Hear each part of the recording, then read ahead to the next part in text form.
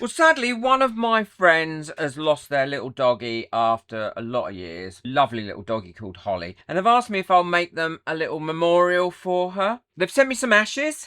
Few ashes, that's plenty for what I'm going to do. And they also sent me this, which was discovered when the puppy was little. It had a little accident and broke one of its legs and had to have this metal plate put in. So they would like that mounted in there somewhere as well. Let's get on. So I've got my mould here and I'm going to cast several of these because I want to try out a couple of different things. I think I've got 4 of these. So all I'm using here, I want a solid white background. I'm using the Epoxy pigment paste by T Expert because I love it, especially for this sort of thing. I'll give that a nice mix in. I don't want any streaks in it or anything like that. Yeah, that's lovely and solid now. I'm going to pour this in. I don't need to pour it in very deep. I only want it as a background. And I'm also going to pour in the base as well. A bit more in that, I think. There we go. And then I'm gonna finish off pouring these and then I can leave them to cure and then I'll show you what the next stage is. Well, I've got the pictures now. They were emailed to me and these are the 2 pictures they want and I'm going to put them on here. I've put them on water slide paper. I just like that much better to use. And I've also sprayed them with 2 coats of spray. Now, I'm going to soak these slightly different. I'm going to put them on here like this and let them soak up that water because I want to take them off the front of this water slide paper and then put them on there.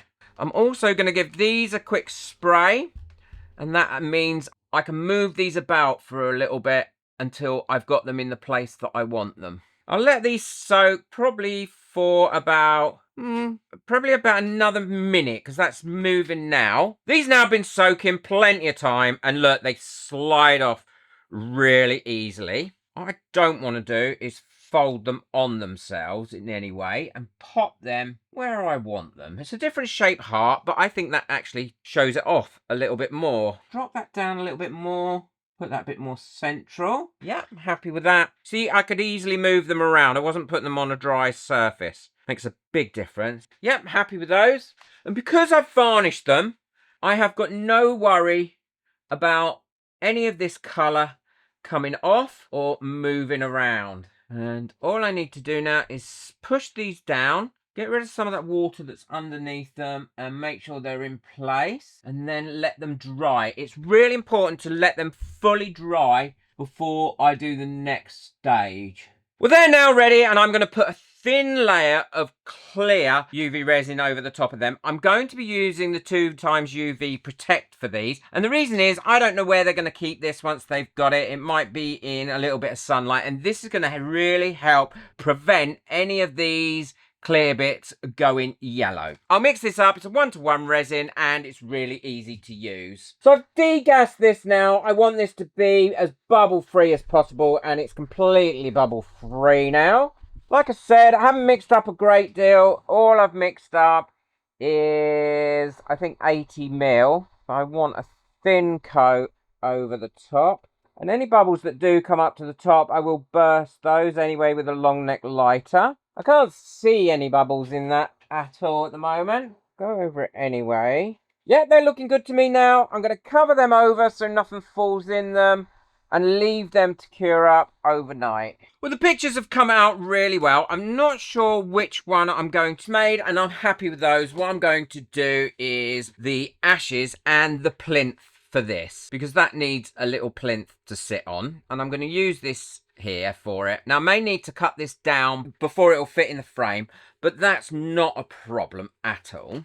I'm not going to have any colour in the paw print and the heart, and I want to make sure that these are suspended as much as possible. I'm not going to have to mix up much resin for this either, but I do want it to be clear.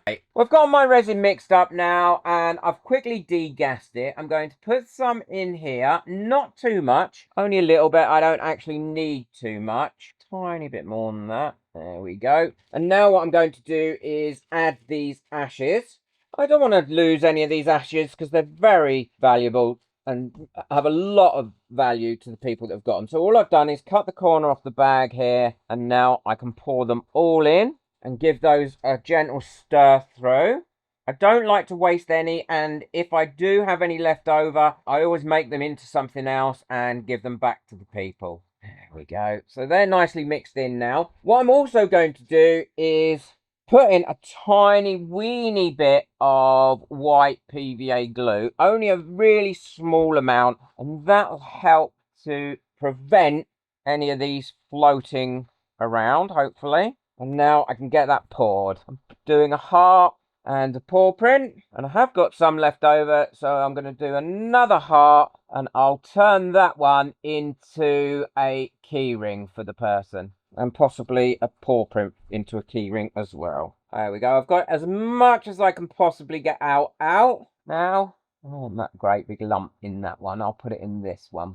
I'll leave that a few minutes, and then what I'll do is I'll allow the bubbles to come up, and there will be bubbles. There always is when you mix ashes. All I'm doing now is putting some white into this resin so I can pour this, and I'm sticking with the theme of white. Give that a really good mix. That should all be mixed in there nicely, and now I can pour this. There we go. Go over this with a long neck lighter. As you can see, a lot of bubbles. It always is when you mix in ashes, because they trap bubbles. Now, this isn't transparent, so you're not really going to see those bubbles, but I know they're there, and I don't want them to be there.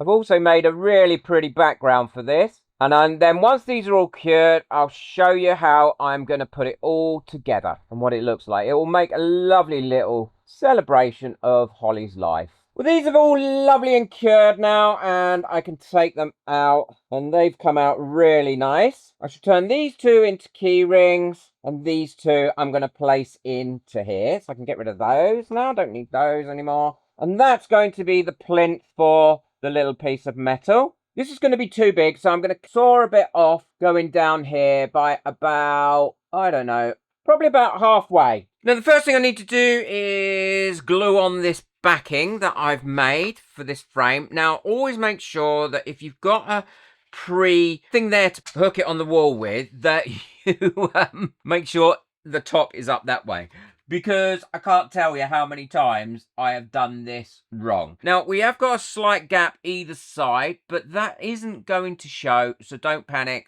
because once we line that up and then put the frame in, that'll cover that up really well, like that. And I'm going to use some PVA glue or white school glue to put this on with. This will dry really, really quickly. It dries so quick on hardboard, and an even coat, making sure you get right the way to all your edges. You don't want your edges peeling up. Quickly double check. Yep, that's there. I hadn't turned it round. And now we can put this on here. Line that up, and now make sure that that is put down all the way over. And the easiest way to do that is leave it like that. I like to put a bit of greaseproof paper or parchment paper over it, just in case my roller isn't very clean, or there's something on there, or it could mark it, and I don't want to do that after putting all this work into it. That way, if there's any bubbles in it or anything like that, you can get them out and you get a really good contact with them. Now, all I'll do is leave that to dry. Double check it. Yeah, that's perfect. Leave that to dry. Cover it with a mat and put a weight on it and leave it for about an hour, and that should be ready.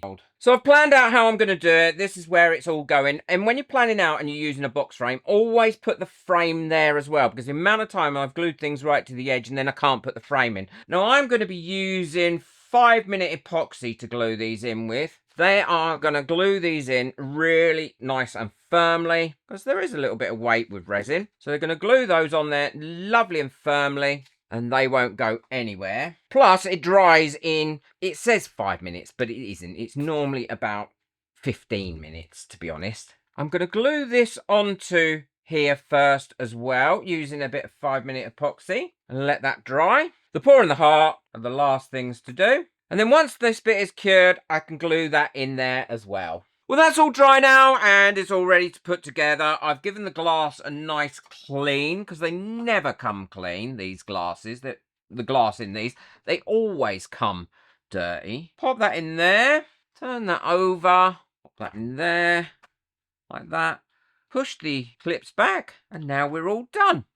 So we can have a look at it. Oh, I think that has come out absolutely beautiful. And I'm sure the person that I've made it for is also going to love it. I did make a couple of key rings for them as well, so I'll package those up and I'll pop those in the post to them. Now, I've done this free of charge for the person because they're a friend and they've been really good to me over the years, and it's nice to give something back to a friend. If you want to know how much I would charge for this, I would charge £50 for this, which is what, 60 something dollars, because there is quite a bit of work goes into it, and you've got a lot of responsibility there as well. Boot that like button, hit that subscribe button, but most of all, enjoy your resin.